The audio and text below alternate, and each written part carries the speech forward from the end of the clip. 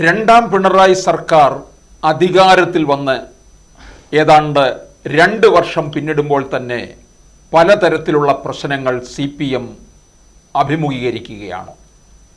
അതുപോലെ 2024 ലോക്സഭാ തെരഞ്ഞെടുപ്പിലെ വൻ പരാജയം ഏറ്റുവാങ്ങി പലതരത്തിലും തിരുത്തലും അങ്ങോട്ടും ഇങ്ങോട്ടും ആരോപണങ്ങളും ഒക്കെ കൊണ്ടുവരുമ്പോൾ പാർട്ടിക്ക് ഏത് തരത്തിൽ തിരുത്താൻ കഴിയുമെന്നുള്ളതിനെക്കുറിച്ചും ചർച്ച നടത്തിക്കൊണ്ടിരിക്കുകയാണ്. ഈ അവസരത്തിൽ പാർട്ടിയെ കാർന്നു തിന്നുന്ന മറ്റു ചില സംഭവ വികാസങ്ങളും നടക്കുന്നുണ്ട്. ആ അവസരത്തിൽ പാർട്ടിക്ക് ഏത് തരത്തിൽ മുന്നോട്ട് പോകാൻ കഴിയും എന്നുള്ളതാണ്. കേരളത്തിൻ്റെ പല ഭാഗങ്ങളിൽ നിന്ന് നമ്മൾ കേൾക്കുന്നത് CPM പല രീതിയിൽ അഴിമതിയിൽ മുങ്ങിക്കുളിച്ച് നിൽക്കുന്നതായിട്ടാണ്. അങ്ങനെയുള്ള ഒന്നിനെ ഏത് തരത്തിൽ തിരുത്തിയെടുത്ത് കൊണ്ടുവരാൻ സാധിക്കും എന്നുള്ളതാണ്. ശ്രീ KM ഷാജഹാൻ, പലതരത്തിലാണ് നമ്മൾ ഈ CPM-നെ കുറിച്ച് പല കാര്യങ്ങളും കേട്ടുകൊണ്ടിരിക്കുന്നത്.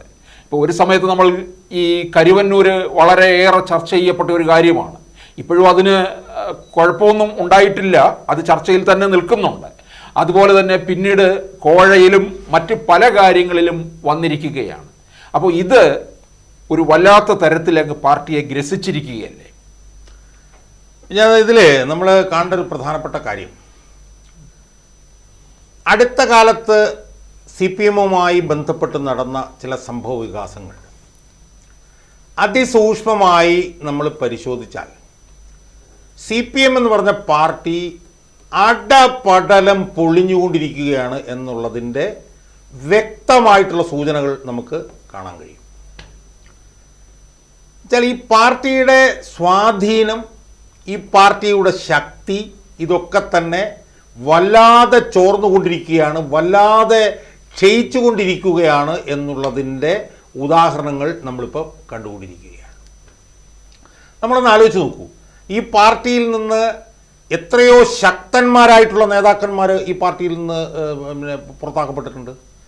80കളുടെ മധ്യത്തിൽ MV രാഘവൻ എന്ന് പറയുന്ന ഈ പാർട്ടിയിലെ ഏറ്റവും സമുന്നതനായിട്ടുള്ള, വടക്കൻ കേരളത്തിലെ ഏറ്റവും സമുന്നതനായിട്ടുള്ള നേതാവായിട്ടുള്ള MV രാഘവൻ അന്ന് പാർട്ടിയിൽ നിന്ന് പുറത്തുപോയി.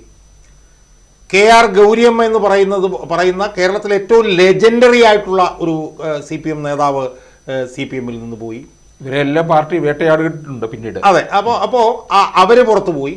അതുപോലെ തന്നെ എത്രയോ പ്രധാനപ്പെട്ട ആളുകൾ, ഇപ്പോൾ പിന്നെ O ഭരതൻ ഉൾപ്പെടെയുള്ള ആളുകൾ, അങ്ങനെ എത്ര ആളുകൾ ഈ പാർട്ടിയിൽ നിന്ന് പുറത്തു പോയിട്ടുണ്ട്, സമുന്നതരായിട്ടുള്ള നേതാക്കന്മാർ. അതുപോലെ തന്നെ അതല്ലാതെ ഉള്ള എത്രയോ ആളുകൾ, സാധാരണ ആളുകൾ, ഇപ്പോൾ എന്നെ പോലുള്ള ആളുകൾ, G ശക്തിധരനെ പോലുള്ള ആളുകൾ, അങ്ങനെ ഉള്ള ആളുകൾ പുറത്തു പോയിട്ടുണ്ട്. KC ഉമേഷ് ബാബു, ആസാദ്, പിയേഴ്സൺ, അങ്ങനെയുള്ള ആളുകൾ ഇതിനകത്തുനിന്ന് പുറത്തേക്ക് പോയിട്ടുണ്ട്. അപ്പുകൂട്ടൻ വള്ളിക്കുന്ന്, അങ്ങനെ എത്ര ആളുകൾ. അപ്പം ഇവരൊക്കെ തന്നെ പുറത്തു പോകുമ്പോഴും ഇവരെ എല്ലാവരെയും ഒറ്റപ്പെടുത്താനും ആക്രമിക്കാനും ഇല്ലാതാക്കാനും ഒക്കെയുള്ള ശ്രമങ്ങൾ വിജയകരമായി നടത്തിയിരുന്ന ഒരു പാർട്ടിയാണ് ഈ പാർട്ടി. ഇപ്പോൾ PV കുഞ്ഞിക്കണ്ണൻ എന്ന് പറഞ്ഞിട്ട് പഴയ ഒരു LDF കൺവീനർ പുറത്തു പോയിട്ടുണ്ട്. അയാളെ കുറിച്ചിട്ട് പിന്നെ നമ്മൾ കേട്ടിട്ടില്ല. അങ്ങനെ എത്രയോ നേതാക്കന്മാർ. അപ്പം ഒന്നുകിൽ ഈ പുറത്തു പോകുന്നവരെ എങ്ങനെയെങ്കിലും ആക്രമിക്കുക, ഇല്ലാതാക്കുക, അവരെ ഈ പറഞ്ഞ പോലെ മോശമാക്കുക, അപകീർത്തിപ്പെടുത്തുക, ഇത് അവർ നടത്തും. ഇപ്പോൾ MV രാഘവൻ പുറത്തു പോയി. MV രാഘവൻ പുറത്തു പോയിട്ട് MV രാഘവന് CMP എന്ന് പറഞ്ഞൊരു പാർട്ടി ഉണ്ടാക്കി സ്വന്തമായിട്ട് നിൽക്കാൻ കഴിഞ്ഞില്ല. MV രാഘവൻ ഒരു ഘട്ടം കഴിഞ്ഞപ്പോഴത്തേക്കും സുരക്ഷിതത്വം കിട്ടാൻ വേണ്ടിയിട്ട് UDF-ലേക്ക് പോകേണ്ടി വന്നു. ഗൗരിയമ്മയ്ക്ക് അത് തന്നെ വേണ്ടി വന്നു. ഗൗരിയമ്മയെ പിന്നെ ശാരീരികമായി ആക്രമിക്കാനൊന്നും പറ്റാത്തതുകൊണ്ട് മാനസികമായി അവരെ തളർത്താൻ വലിയ ശ്രമം നടത്തി. അവരവസാനം അവർക്ക് പിന്നെ UDF-ലേക്ക് പോകേണ്ടി വന്നു. ഇപ്പോൾ RMB നോക്കിക്കഴിഞ്ഞാൽ RMB ഉണ്ടാക്കിയ ആളെ തന്നെ ഇല്ലാതാക്കി. RMB എന്ന് പറഞ്ഞ പാർട്ടി ഇല്ലാതാക്കാനുള്ള വലിയ ശ്രമങ്ങൾ നിരന്തരമായി ഇപ്പോഴും അവർ നടത്തിക്കൊണ്ടിരിക്കും. സത്യം പറഞ്ഞു കഴിഞ്ഞാൽ പോരാടി നിൽക്കുന്നത് എന്നെപ്പോലുള്ള ചില ആളുകളാണ്. പിന്നെ ഞാനുണ്ട്, ശക്തിധരൻ 2006 മുതൽ ഒരു ആഴ്ചപ്പതിപ്പ്, ജനശക്തി എന്ന് പറഞ്ഞ ആഴ്ചപ്പതിപ്പ് നടത്തി ഞങ്ങൾ നിലനിൽക്കുന്നുണ്ട്. അതുപോലെ തന്നെ KC ഉമേഷ് ബാബു വളരെ ശക്തമായി പോരാടി നിൽക്കുന്നുണ്ട്. അങ്ങനെ ചുരുക്കം ചില ആളുകൾ അവരുടെ സമരപാതയിലൂടെ അവരുടെ ഒരു ആർജവും ഇച്ഛാശക്തിയും ഒക്കെ ആയിട്ട് മുന്നോട്ട് പോകുന്നത് ഒഴിച്ചാൽ ഈ പാർട്ടിയിൽ നിന്ന് പുറത്തു പോകുന്നവരെ ഈ പാർട്ടി കൈകാര്യം ചെയ്ത് അവരെ നിലയ്ക്ക് നിർത്തുന്ന ഒരു രീതിയാണ് ഇതുവരെ ഈ പാർട്ടിയിൽ നമ്മൾ കണ്ടുകൊണ്ടിരുന്നത്.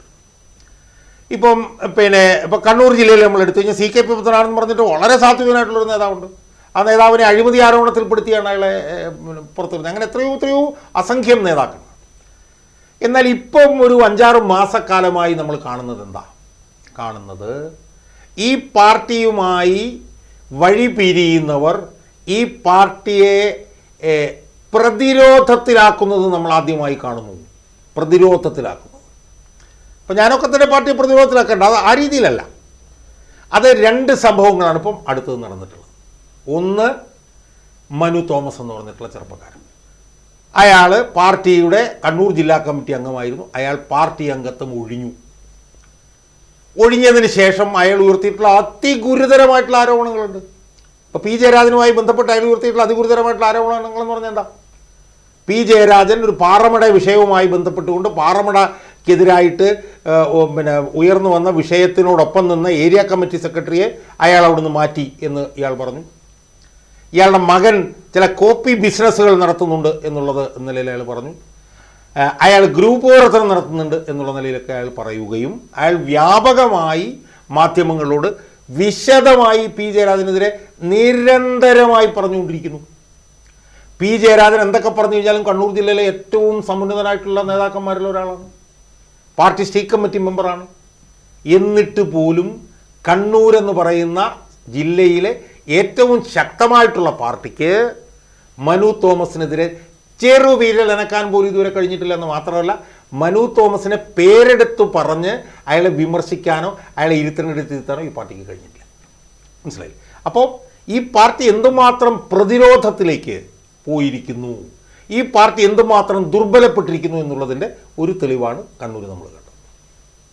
കോഴിക്കോട് എന്താ സംഭവിച്ചിട്ടുള്ളത്?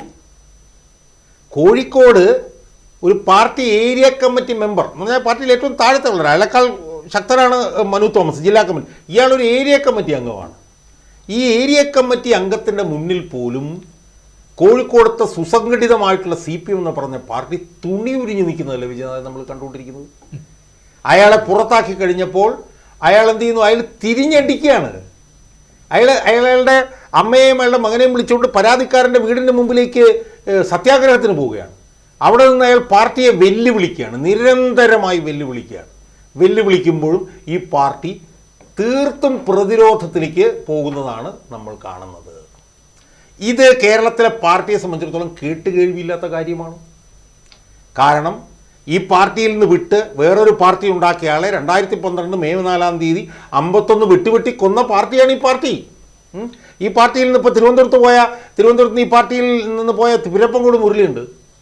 അയാൾ ഇവിടുന്ന് പോലെ കേൾക്കാനില്ല. വേറെ പലരും വന്നിയ വയോധികരായിട്ട് അവർ ആരോഗ്യ പ്രശ്നങ്ങളൊക്കെ ആയിട്ട് അവർ പോകുന്നു. PK ഗുരുദാസൻ. അതെ. പക്ഷേ ഈ മനു തോമസും ഈ പ്രമോദ് കോട്ടുളിയും ആ തരത്തിൽ നമുക്ക് കമ്പയർ ചെയ്യാൻ കഴിയില്ല. കാരണം മനു തോമസിനെ കുറിച്ചിട്ട് നമുക്ക് വലിയ ബഹുമാനമാണുള്ളത്. പക്ഷേ പ്രമോദ് കോട്ടുളിയെ സംബന്ധിച്ചിടത്തോളം അയാളുടെ ഇടനിലക്കാരനാണെന്നുള്ള നിലയിലുള്ള ആരോപണങ്ങൾ രണ്ടുപേരും ഉയർത്തുന്ന വെല്ലുവിളിയും ആ രണ്ടുപേരും ഉയർത്തുന്ന വെല്ലുവിളിയോട് CPMന്റെ പ്രതികരണവും നമ്മൾ പരിശോധിക്കുമ്പോൾ CPM എന്ന് പറഞ്ഞ പാർട്ടിക്ക് ഉണ്ടായിട്ടുള്ള ദൗർബല്യങ്ങൾ, അതിൻ്റെ വീഴ്ച, അതിൻ്റെ അനാരോഗ്യം അത് എത്രത്തോളം ആഴത്തിലുള്ളതാണ് എന്നത് നമുക്ക് കൃത്യമായി മനസ്സിലാക്കാൻ പറ്റും എന്നാണ് എനിക്ക് സൂചിപ്പിക്കുന്നത്. അപ്പോൾ ഇവർ രണ്ടുപേരും വെല്ലുവിളി ഉയർത്തി നിൽക്കുമ്പോൾ പാർട്ടി ഈ തിരുത്തലുമായിട്ട് തോൽവിയുടെ ഒരു മുമ്പോട്ട് പോകണമെന്ന് വിചാരിച്ച് നിൽക്കുകയാണല്ലോ തിരുത്തലിലൂടെ. അതിന് പലപ്പോഴും പ്രധാനപ്പെട്ട കാര്യങ്ങളിൽ നിന്നങ്ങ് മാറിപ്പോകുകയല്ലേ ഇപ്പോൾ ചെയ്തുകൊണ്ടിരിക്കുന്നത്? വിജയൻ, ഇതിനകത്ത് നമ്മൾ കാണേണ്ടത് എന്തുകൊണ്ടാണ് മനു തോമസും പ്രമോദ് കോട്ടുളിയും ഉയർത്തുന്ന വിഷയങ്ങൾക്ക് മുമ്പിൽ പാർട്ടി പ്രതിരോധത്തിലാകുന്നത് എന്നുള്ളത് നമ്മൾ ചിന്തിക്കണം. ഇപ്പോൾ ഞാൻ പറഞ്ഞപ്പോൾ 80കളുടെ മധ്യത്തിൽ MV രാഘവനെ പുറത്താക്കിയപ്പോഴത്തേക്കും നല്ല ശതമാനം ആളുകൾ ചിന്തിച്ചത് എന്താണ്? ഈ പാർട്ടി കൊണ്ട് MV രാഘവൻ പോകുമെന്നാണ് വിചാരിച്ചത്. കാരണം വടക്കൻ കേരളത്തിൽ ഏറ്റവും തലമുതിർന്ന ഏറ്റവും ജനകീയനായിട്ടുള്ള നേതാവ് അതിനെ മറികടന്നു. അതിനുശേഷം ഗൗരിയമ്മയെ പുറത്താക്കിയപ്പോഴും ഈ പറഞ്ഞ പോലെ ഒരു അങ്കലാപ്പുണ്ടായിരുന്നു. കാരണം കേരളത്തിൽ ഏറ്റവും സമുന്നതമായിട്ടുള്ളൊരു ലെജൻഡ് ലീഡറായിരുന്നു ഗൗരിയമ്മ. അതിനെ കണ്ടെയ്ൻ ചെയ്യാൻ ഈ പാർട്ടിക്ക് കഴിഞ്ഞു. ഇനി VS അച്യുതാനന്ദൻ ഉയർത്തിയിട്ടുള്ള വെല്ലുവിളി VS അച്യുതാനന്ദനെ പോലെ ഇത്രയും ജനകീയനും ജനങ്ങളുടെ ഇത്രയും പിന്തുണയുള്ള ആളായിട്ടുള്ള VS അച്യുതാനന്ദൻ വെല്ലുവിളി ഉയർത്തിയപ്പോഴത്തേക്ക് പാർട്ടി പിളരുമെന്ന് എത്ര ആളുകൾ വിചാരിച്ചു. പക്ഷേ അപ്പോഴും പാർട്ടിക്ക് പാർട്ടിയിൽ ഒരു പിളർപ്പോ ഈ സാധനങ്ങളോ ഉണ്ടായില്ല. അപ്പം ഇത്രയും വലിയ നേതാക്കന്മാർ ഈ പാർട്ടിയിൽ നിന്ന് പുറത്തു പോയി. ഇനി മറുഭാഗത്ത് RMP ഉണ്ടായി. RMP രൂപീകരിച്ച ആളെ കൊലപ്പെടുത്താൻ ഈ പാർട്ടിക്ക് കഴിഞ്ഞു. പക്ഷേ RMP എന്ന് പറഞ്ഞ പാർട്ടി വളർന്നു. ഒഞ്ചിയം എന്ന് പറഞ്ഞ സ്ഥലത്ത് ചന്ദ്രശേഖരൻ്റെ പ്രവർത്തനം കൊണ്ടുകൊണ്ട് 10-70% ആളുകൾ പാർട്ടി വിട്ട് പോയി. ഏറ്റവും ചരിത്ര പ്രാധാന്യം CPM സംബന്ധിച്ചിടത്തോളം ഏറ്റവും ചരിത്ര പ്രാധാന്യമുള്ള സ്ഥലമാണ് ഒഞ്ചിയം. അവിടുന്ന് 10% ആളുകൾ പാർട്ടി വിട്ടുപോയി. RMPക്ക് ഇപ്പോൾ ഒരു MLA ഉണ്ടായിരിക്കുന്നു. ഇതൊക്കെ ആയിട്ടും പാർട്ടിക്ക് പിടിച്ചു നിൽക്കാൻ കഴിഞ്ഞിരുന്നു. എന്നാൽ ഇപ്പോൾ ഈ ഇടനില നേതാവ്, ഒരു ജില്ലാ കമ്മിറ്റി അംഗം, അതിനേക്കാൾ താഴെയുള്ള ഒരു ഏരിയ കമ്മിറ്റി അംഗം, അവർ ഉയർത്തുന്ന വെല്ലുവിളിക്ക് മുന്നിൽ പോലും ഈ പാർട്ടിക്ക് നെഞ്ചു വിരിച്ച് നിൽക്കാൻ കഴിയുന്നില്ല എന്ന് നമ്മൾ പറയുമ്പോൾ അതെന്തുകൊണ്ടാണ് നമ്മൾ ചിന്തിക്കേണ്ടത്? അത് ചിന്തിക്കുമ്പോൾ എന്താ കാണാൻ കഴിയുന്നത്? ഈ പാർട്ടി അത്രയ്ക്കുമേൽ ഈ പാർട്ടി വ്യതിചലിക്കപ്പെട്ടു, അത്രയ്ക്കുമേൽ ഈ പാർട്ടി ജീർണിച്ചു, അത്രയ്ക്കുമേൽ ഈ പാർട്ടി അഴിമതിവൽക്കരിക്കപ്പെട്ടു. അതുകൊണ്ടാണ് ഇവരൊന്ന് ഉയർത്തുന്ന ചോദ്യങ്ങൾക്ക് മുന്നിൽ ഈ പാർട്ടിക്ക് പിടിച്ചിരിക്കാൻ കഴിയാത്തത്. ഇപ്പോൾ മനു തോമസ് ഈ ചോദ്യം ഉയർത്തുന്നു. മനു തോമസ് ഈ ചോദ്യം ഉയർത്തുമ്പോഴത്തേക്ക് മനു തോമസിനെ പരിപൂർണമായി ഒറ്റപ്പെടുത്തുകയല്ലേ പാർട്ടി വേണ്ടത്? മനു തോമസിനെതിരെ വേണമെങ്കിൽ ശാരീരികമായ ആക്രമണങ്ങൾ പോലും പാർട്ടിക്ക് വേണമെങ്കിൽ അഴിച്ചുവിടാം. പക്ഷേ മനു തോമസിനെതിരെ ഒന്നും പറയാൻ, മനു തോമസിനെ പ്രതിരോധത്തിലാക്കാൻ ഒന്നും പറയാൻ പിന്നെ അവിടെ തന്നെ ഇറങ്ങിയ പത്രക്കുറിപ്പ് എന്താ? പാർട്ടി ശത്രുക്കൾ പാർട്ടിക്കെതിരെ പാർട്ടിയെ അപകീർത്തിപ്പെടുത്താൻ ശ്രമിക്കുന്നു എന്നുള്ള സാധനം ഇറക്കിയത്. P. ജയരാജനെതിരെ മനു തോമസ് പറഞ്ഞ ഒരു കാര്യത്തെ പോലും ഖണ്ഡിക്കാൻ ഇതുവരെ കഴിഞ്ഞിട്ടില്ല. ഒരാരോപണങ്ങൾ പോലും ഖണ്ഡിക്കാൻ കഴിഞ്ഞിട്ടില്ല. ഇവിടെ കോഴിക്കോടാണെങ്കിലോ വെറും ഒരു area committee member, town area committee മെമ്പറായിട്ടുള്ള പ്രമോദ് കോട്ടുള്ളി എന്ന് പറഞ്ഞ ഒരു സാധാരണ നേതാവ് ഉയർത്തുന്ന വെല്ലുവിളിക്ക് മുന്നിൽ പോലും തല ഉയർത്തി നിൽക്കാൻ കോഴിക്കോട്ടത്തെ സുസംഘടിതമായിട്ടുള്ള പാർട്ടിക്ക് കഴിയുന്നില്ല. പിന്നെ വിജയനാഥൻ, കാരണം എന്താ? അഴിമതിയുടെ ഈ പറഞ്ഞ കാണാക്കയങ്ങളിലേക്ക് ഈ പാർട്ടി പിന്നെ ചവിട്ടി താഴ്ത്തപ്പെട്ടിരിക്കുന്നു എന്നുള്ളത് കൊണ്ടും പിന്നെ കോഴിക്കോട് പാർട്ടിയിലെ പ്രമുഖ നേതാക്കന്മാരെല്ലാം അഴിമതിയിൽ മുങ്ങിക്കുളിച്ച് നിൽക്കുന്നവരായതുകൊണ്ടും കോഴിക്കോടത്തെ പാർട്ടിയുടെ നേതാക്കന്മാരുടെ അഴിമതിയെക്കുറിച്ച് അതിപ്പോൾ റിയാസ് ആയാലും P. മോഹനായാലും എളമരം കരീമായാലും ആദ്യാവസാനം ഈ പ്രമോദ് കോട്ടുള്ളിക്ക് അറിയാം എന്നുള്ളത് കൊണ്ടുമാണ് പ്രമോദ് കോട്ടുള്ളിക്ക് മുമ്പിൽ നിൽക്കാൻ കഴിയുന്നില്ല. ഇപ്പോൾ പ്രമോദ് കോട്ടുള്ളിയുടെ കാര്യം ഒന്ന് എടുത്തു നോക്കിയേ. പിന്നെ വിചാരം നമ്മളത് വിശദമായി ചർച്ച ചെയ്തതാണ്. PSC കോഴയുമായി ബന്ധപ്പെട്ടിട്ടാണ് ആരോപണം വരുന്നത്. 22 ലക്ഷം മേടിച്ചു, 60 ലക്ഷം ചോദിച്ചു. അത് പാർട്ടിക്കകത്തുനിന്ന് തന്നെയാണ് ഉയർന്നത്. അത് പ്രമോദ് കോട്ടുള്ളി മേടിച്ചു എന്നുള്ള നിലയിലാണ് അത് വന്നത്. അത് പിന്നെ പാർട്ടി അന്വേഷണ കമ്മീഷനെ വെച്ച് അന്വേഷിച്ചു, തെളിവെടുത്തു, പുറത്താക്കിയെങ്കിൽ ഇപ്പോഴും പ്രമോദ് കോട്ടുള്ളി ചോദിക്കുന്ന ചോദ്യം എന്താ? ഞാൻ എന്ത് കുറ്റമാണ് ചെയ്തത്? ഞാൻ കോഴ മേടിച്ചോ? ഞാൻ എത്ര കോഴ മേടിച്ചു? ഞാൻ എവിടെ വെച്ച് കോഴ മേടിച്ചു? ഞാൻ ആരിൽ നിന്ന് കോഴ മേടിച്ചു? എന്തെങ്കിലും ഒന്ന് പറ എന്നീ പാർട്ടിയോട് പറയുകയാണ്. ഈ പാർട്ടി അയാളെ പുറത്താക്കി പിറകിയ പത്രക്കുറിപ്പ് പറഞ്ഞെന്താ? പാർട്ടിയുടെ സൽപ്പേരിന് കളങ്കം വരുത്തി. ശരി, പാർട്ടിയുടെ സൽപ്പേരിന് കളങ്കം വരുത്തി. എങ്ങനെയാണ് കളങ്കം വരുത്തിയത്? എന്താണ് അയാൾ ചെയ്തത്? ഇതിനൊന്നും മറുപടി പറയാൻ കഴിയുന്നില്ല. കാരണം ആ പാർട്ടിയിലെ സമുന്നതരായിട്ടുള്ള നേതാക്കന്മാരെല്ലാം അഴിമതിക്കകത്ത് പരിപൂർണമായി മുങ്ങിക്കുളിച്ച് നിൽക്കുന്നവരാണ്. അപ്പോൾ ഇതിൽ നിന്ന് നമുക്ക് മനസ്സിലാക്കേണ്ട കാര്യം എന്താ? ഈ പാർട്ടി, ഈ ഇടനില നേതാക്കന്മാർ, അതായത് MP രാഘവൻ പോയപ്പോഴും തല കുനിക്കാത്ത പാർട്ടി, KR ഗൗരിയമ്മ പോയപ്പോൾ തല കുനിക്കാത്ത പാർട്ടി, VS അച്യുതാനന്ദൻ ഈ പാർട്ടിക്കകത്ത് പ്രശ്നങ്ങൾ ഉണ്ടാക്കിയപ്പോഴത്തേക്ക് തല കുനിക്കാത്ത പാർട്ടി, TP ചന്ദ്രശേഖരൻ കൊല്ലപ്പെട്ടപ്പോൾ പോലും പിടിച്ചു നിന്ന പാർട്ടി, ആ പാർട്ടി മനു തോമസിൻ്റെ മുന്നിലും പ്രമോദ് കോട്ടുള്ളിയുടെ മുന്നിലും ഇപ്പോൾ തുണി ഉരിഞ്ഞ് വാലും ചുരുട്ടി ഓടുന്നുണ്ടെങ്കിൽ അത് ഈ പാർട്ടിയുടെ ഇന്നത്തെ അവസ്ഥയാണ് കാണിക്കുന്നത്. പാർട്ടിയുടെ രോഗമാണ് കാണിക്കുന്നത്. ആ രോഗമെന്ന് പറയുന്നത് നമ്മൾ നേരത്തെ പറഞ്ഞതുപോലെ അഹങ്കാരത്തിൻ്റെ ഭാഷയോ അല്ലെങ്കിൽ അതോ ഇതോ ജനങ്ങളിൽ നിന്നൊന്നുമില്ല, ക്രാസ് ആയിട്ടുള്ള കറപ്ഷനാണ്. അടി മുതൽ lock stock and barrel all ലെവൽസിലുള്ള അഴിമതി കൊണ്ടിട്ടാണ് ഈ പാർട്ടി ഇത്രയും ഗുരുതരമായിട്ടുള്ളൊരവസ്ഥയിലെത്തിയിരിക്കുന്നത്.